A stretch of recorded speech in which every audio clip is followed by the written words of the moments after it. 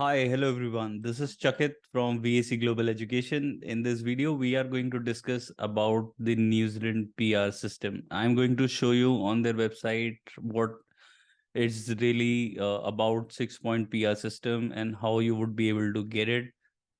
What are the norms which you need to fulfill and what are the different criterias in order to make sure that you get your New Zealand PR once you'll complete your master's or bachelor's degree or any other level of study which you have done in the New Zealand. So how it really works is that's what we are going to discuss in this video. So watch this video till the end so that you get the complete information.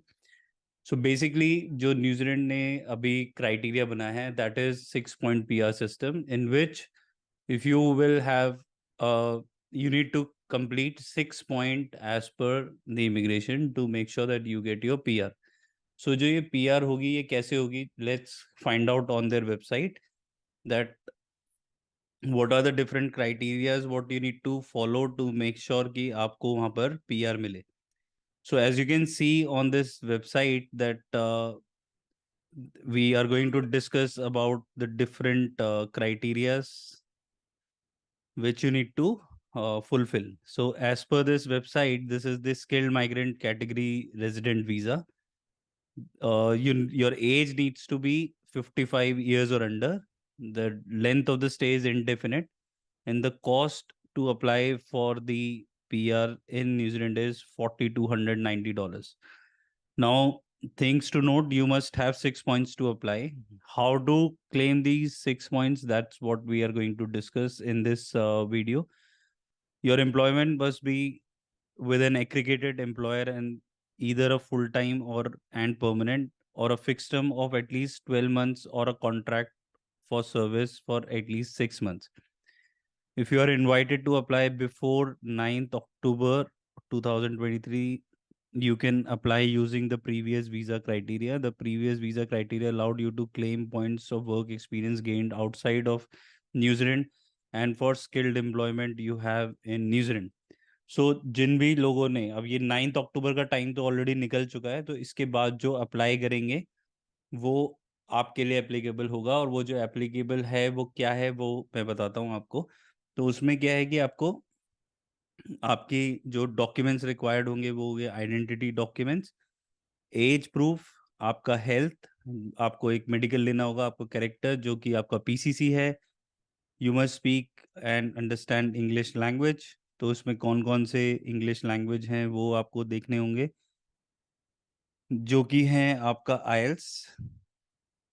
इसमें आपको IELTS का 6.5 not less than 6 overall. आपने अगर PT दिया है तो 79, sorry 58. अगर आप टोफल दे रहे हो तो 79. कैम्ब्रिज का टेस्ट है और ओईटी है. ये सारे आपके टेस्ट हैं जो आपको देने होंगे. So you need at least 6.5 to apply for your PR in New Zealand. फिर इसके बाद आता है आपका स्किल्ड जॉब और job offer. So you need to have a permanent job offer from an employer which at least आपको 30 आवर्स पर वीक मिलना चाहिए. और आपको evidence to include with your application your employment agreement and job description of your role. ये आपको जरूर उसमें mention करना पड़ेगा. न्यूजीलैंड ऑक्यूपेशनल रजिस्ट्रेशन आपको चाहिए. तो अगर आपका कोई भी एम्प्लॉयमेंट है जिसमें आपको रजिस्ट्रेशन की जरूरत है, ये तभी एप्लीकेबल है. लेट मी एक्सप्लेन यू कि लेट्स सपोज आपने किया है मास्टर्स ऑफ मैनेजमेंट, जो कि चाहे वो आर्ट्स का बच्चा हो, चाहे वो कॉमर्स हो, चाहे वो साइंस हो, अगर आपके पास मास्टर्स ऑफ मैनेजमेंट की डिग्री है और आप एक मैकडोनल्ड्स में मैनेजर बन जाते हो, that is why I am giving you this example is क्योंकि ये सबसे बेसिक जॉब है.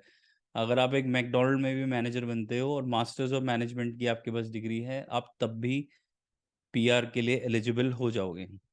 Your qualification must be recognise to qualify for points. तो आपकी क्वालिफिकेशन जो है वो NZQA से होनी चाहिए, एक्रीडेटेड होनी चाहिए.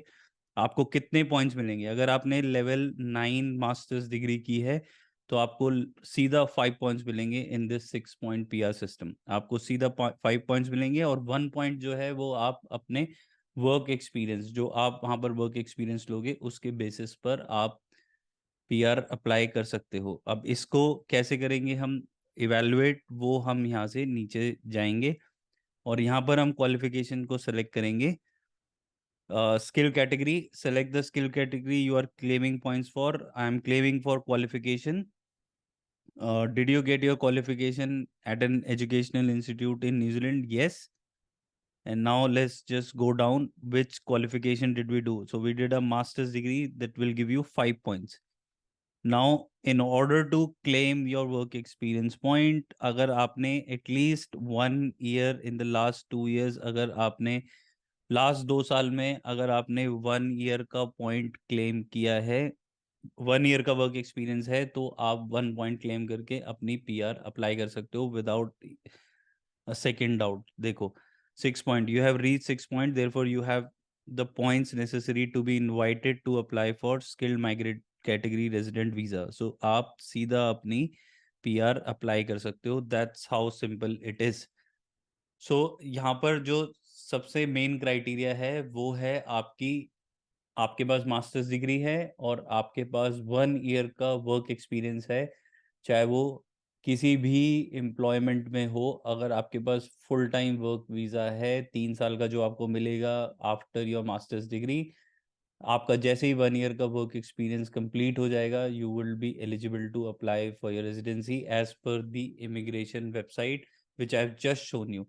सो आपको, चाहे आप आर्ट्स बैकग्राउंड से हो, चाहे आप साइंस बैकग्राउंड से हो, चाहे आप कॉमर्स बैकग्राउंड से हो, आपको सिर्फ मेक श्योर करना है कि आपके पास 1 year का वर्क एक्सपीरियंस होना चाहिए after your PR, after your master's degree, to apply for your PR. तो this is that simple. So आपको ये सोचने की जरूरत नहीं है कि ग्रीन लिस्ट में मेरा कोर्स है या नहीं है, आपका क्या कहते हैं कोर्स स्किल शॉर्टेज लिस्ट में है या नहीं है. आपको ये देखना है कि आपको जो आप पढ़ाई करने जा रहे हो उसके बाद आपको जॉब मिलने की कितनी प्रोबेबिलिटी है. और जॉब ढूंढने के लिए आप trademe.co.nz, seek.co.nz इनका इस्तेमाल कर सकते हो to find out what kind of jobs are available for the course you are interested for. और जैसे ही आप उस कोर्स के लिए जॉब ले लेते हो, 1 साल का आपका वर्क एक्सपीरियंस पूरा हो जाएगा after your masters degree, you will be able to apply for your PR without any problem.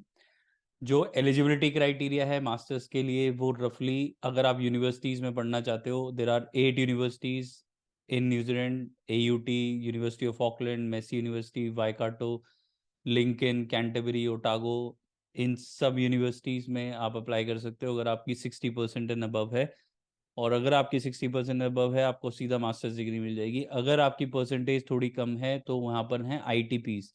ITPs are the government polytechnic, जिसको टीपुकंगा के अंडर आती हैं, जिसमें आपका MIT, यूनिटेक, आपका ईस्टर्न इंस्टीट्यूट ऑफ टेक्नोलॉजी, आपके नेल्सन मार्लबोरो में प्रोग्राम है, आरा इंस्टीट्यूट ऑफ कैंटरबरी है, सदर्न इन्वर्टा इंस्टीट्यूट ऑफ टेक्नोलॉजी है. इन सब में मास्टर्स के जो जो प्रोग्राम्स हैं, अगर आप इनमें से किसी भी मास्टर्स प्रोग्राम की एक डिग्री ले लेते हो तो आप अपनी वहाँ पर 1 year का एक्सपीरियंस पूरा होते ही आप अपनी PR अप्लाई कर सकते हो without any problem. So if you guys have any questions regarding how you would be able to claim these points, what is the criteria, you can write it in the comment section below, or there's a link given in the description through which you guys can get in touch with us and we can help you solve your doubts regarding what is the exact qualification, what you can take in order to claim your points for your PR later on. और इसका green list से कोई लेना देना नहीं है. Green list के जो प्रोग्राम्स हैं वो जो लेवल 7 लेवल 8 के जो प्रोग्राम्स हैं उससे रिलेटेड है. आपका, if you are going for a masters degree, आपका उस चीज़ से कोई रिलेशन नहीं है. You can still claim your points without any problem. So looking forward for your messages on our WhatsApp. The link is in the description and we shall speak to you. If you have liked this video, then do not forget to hit the like button, share it with your friends and family, and subscribe to VAC. We shall see you in our next video. Till then, you guys take care of yourself. Bye bye.